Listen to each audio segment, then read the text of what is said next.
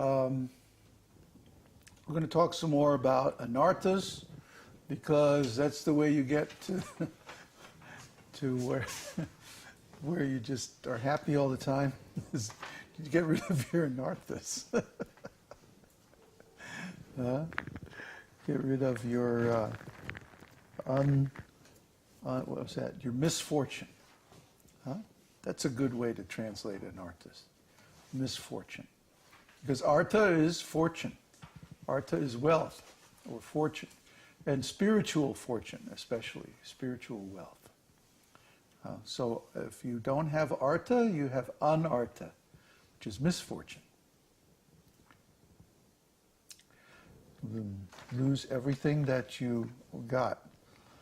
So we've already talked about the four main kinds of anarthas. Svarupa Brahma, illusion about spiritual identity. Asat-trishna, thirst for that which is unreal, in other words, material enjoyment. Aparādha, offenses, and hridaya daurbalya, weakness of heart. Now there's another whole class of anarthas, which are called suffering. Uttha. Uttha means when we get something that we don't want, and then we suffer because of it. Now there are different kinds of getting what you don't want. And there are four kinds named here. Duṣkṛti-uttha, suffering arising from past sins. Sukṛti-uttha, suffering arising from previous pious activities.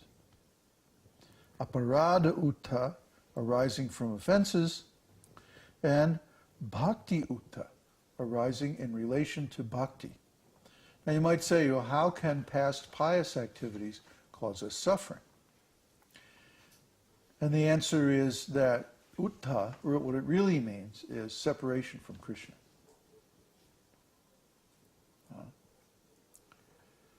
Just like Uddhava's name, Uddhava, means the association with the ultimate. And similarly, uttha means separation from the ultimate. You see?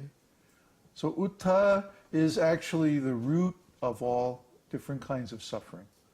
Because when we jiva souls, we're spiritual entities, and when we're not in association with Kṛṣṇa, then we're suffering. Because we're not in our constitutional position of service to the Supreme Lord.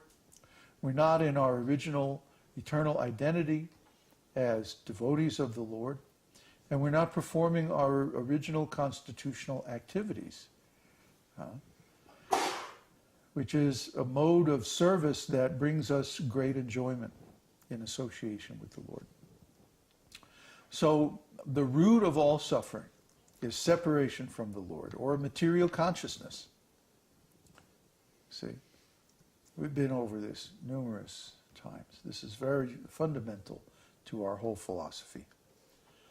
But we have to see how these different anarthas manifest from different forms of suffering. Some of them are due to our past impious activities. For example, because we have some sinful reactions coming from a previous lifetime. In this lifetime, we have to, let's say, for example, take intoxication or have illicit sex life or otherwise break the principles of devotional service. We're forced to. We can't help ourselves. It just happens. And this is suffering, because anything that is not spiritual enjoyment is suffering. Anything that's not enjoying in association with Kṛṣṇa is actually suffering, from the point of view of pure devotional service. It's uttha. It's separation from the ultimate truth. So we want to be in association with Kṛṣṇa, but we can't. Prabhupada used to talk about asking people to chant. He would say, chant, chant, chant. And they would say, can't, can't, can't. And then he was kind of joking. And everybody would laugh. And then he would say very seriously, they are cursed by Yamaraj. Cursed by Yamaraj.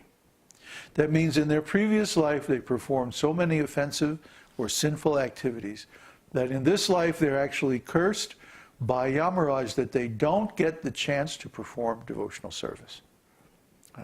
Their intelligence is so perverted that they cannot understand the value of chanting the holy name of God. So when they are approached by the devotees and they get the opportunity, they reject it.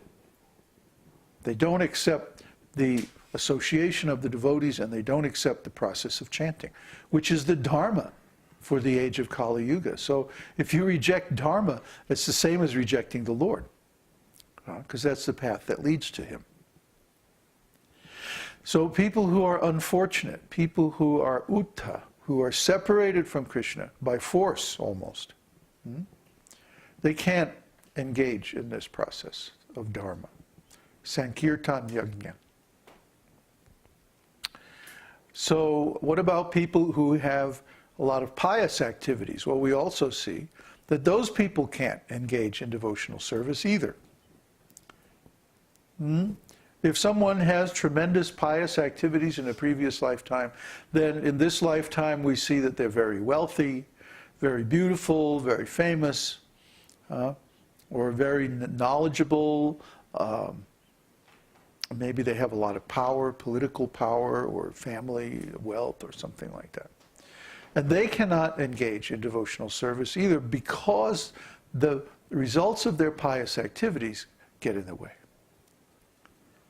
Now this is the opposite thing. Instead of being cursed by Yamaraj, actually they're blessed by Yamaraj. But because they're so puffed up and they're so identified with their good fortune, they can't imagine giving up part of their good fortune in devotional service activities. And so they suffer separation, just as if they were sinful. Well, try to understand. If someone is given a lot of facility and they don't engage it, that's just as bad as if someone has a lot of sinful activities and they reject. Either way, they're rejecting the opportunity for devotional service. One because they're too sinful, and the other because they're too pious. Too much material piety means usually that they go to the heavenly planets and like that. But if someone is born on this earth with that kind of background, means they have so much sense gratification, they have so much material engagement, so much material activity. It's like they don't have time. One of the famous devotees of Srila Prabhupada was the Beatle, George Harrison. And George tried to engage other stars. Mia Farrow, Donovan. Even at one time he tried to preach to, what was that guy? Robert Zimmerman? You remember Robert Zimmerman? Bob Dylan.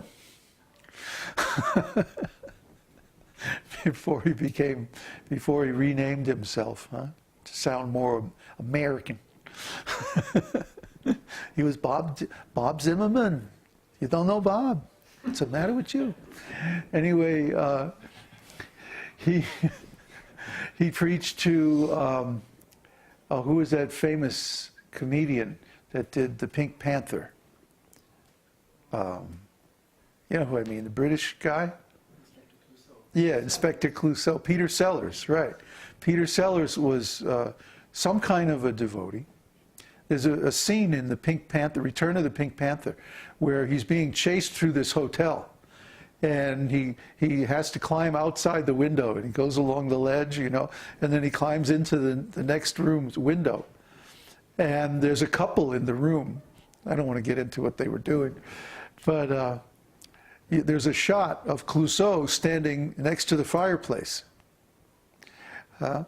And the woman is, you know, in bed with the man, and she screams, "Oh my God!" And there's this really quick shot of Sellers standing by the fireplace, and there's that famous picture of Govinda hanging over the fireplace. And he just goes, "Mine too." And that's it. Very quick cut, and that's all. That's the only mention of Kṛṣṇa or reference to Kṛṣṇa in any of his films. You had to look really fast to see that. But so none of these stars came out publicly about their interest in Kṛṣṇa consciousness. Why not? Well, I guess they were afraid it would hurt their popularity. If they're identified with such a, small, kind of fringy movement like that. Only George actually stayed with it, and he recorded "My Sweet Lord," which was a tremendous smash hit all over the world, and probably got more people to chant Hare Krishna than all the ISKCON temples put together. So if a person